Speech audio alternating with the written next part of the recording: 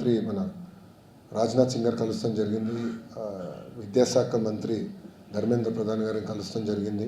అదేవిధంగా steel minister మన కుమారస్వామి గారిని కూడా కలుస్తాం జరిగింది. ప్రధానంగా రక్షణ మంత్రికి వచ్చగల 2 విషయాలపైన మాట్లాడాను.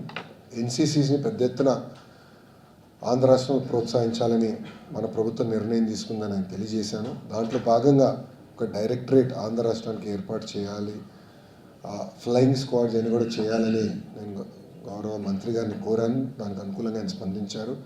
అంతేకాకుండా డిఫెన్స్ మ్యానుఫ్యాక్చరింగ్లో పెద్ద ఎత్తున ఆంధ్ర రాష్ట్రాన్ని ప్రోత్సహించమని ఒకటి కోరాను. కావాల్సిన ఎకో సిస్టమ్ అనుకుంది. ఆల్రెడీ అనేక డిఫెన్స్ పరిశ్రమలకి మనం భూములు కూడా అనంతపూర్ జిల్లాలో కేటాయిస్తాం జరిగింది. అదొక డిఫెన్స్ హబ్గా ఏర్పాటు చేసే అవకాశం ఉంది.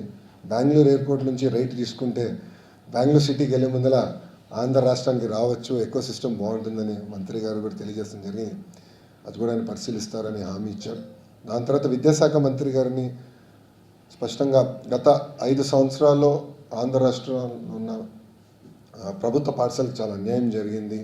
కేంద్ర ప్రభుత్వం ఇచ్చిన నిధులు సకాలంగా మనం వాడుకోలేకపోయారు. ఆంధ్ర రాష్ట్రం ఇవ్వాల్సిన మ్యాచింగ్ గ్రాంట్లు కూడా ఇవ్వలేదు. దానివల్ల నష్టపోయాం, ప్రాజెక్టులు ముందరికి వెళ్ళలేదు.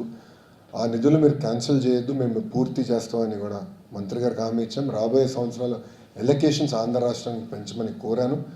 ఆంధ్ర మోడల్ ఆఫ్ ఎడ్యుకేషన్ అంటే కేజీ నుంచి పీజీ వరకు కరికులం ఏదైతే మనం రీవ్యాంప్ చేయాలనుకుంటున్నాం, బలోపేతం చేయాలనుకుంటున్నాం, టెక్నాలజీతో జోడించి ఆ విద్యార్థులకి మెరుగైన విద్య అందించాలనుకున్నామో అది ఆయనకి చెప్తాం జరిగింది.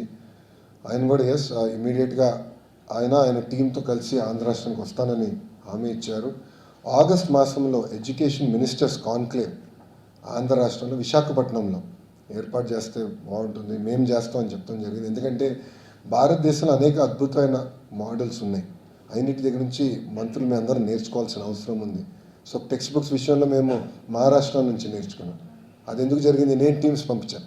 అదే మంత్రులు వస్తే మంచి ఎక్స్చేంజ్ ఆఫ్ ఐడియాస్ ఉంటుంది. 2వ రోజు ఎడ్టెక్ కంపెనీస్ ద్వారా ప్రజెంటేషన్స్ తీసుకోవచ్చు, ఒక మోడల్ క్రియేట్ చేయొచ్చు అని నేను మంత్రి గారిని కోరాను. దానికి ఆయన అనుకూలంగా కూడా స్పందించారు. ఆయన ఒక మాట అన్నారు, టెక్నాలజీ విషయంలో ఎప్పుడు ఆంధ్ర రాష్ట్రం ముందుంటుంది, మీరు చేయండి, అది మంచి ఫలితాలు వస్తే భారతదేశానికి మనం తీసుకెళ్ళొచ్చని మంత్రి గారు చెప్పారు.